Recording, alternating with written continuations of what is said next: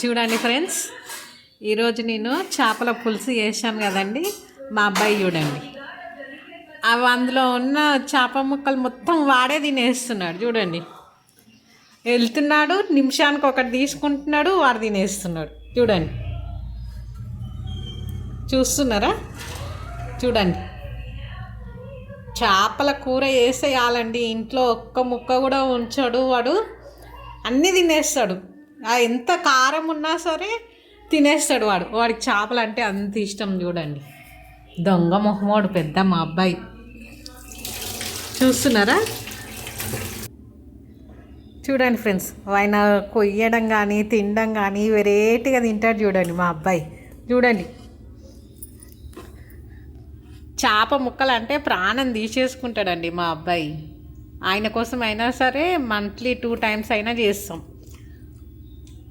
ఎంత బాగా తింటున్నాడు చూడండి వాడు.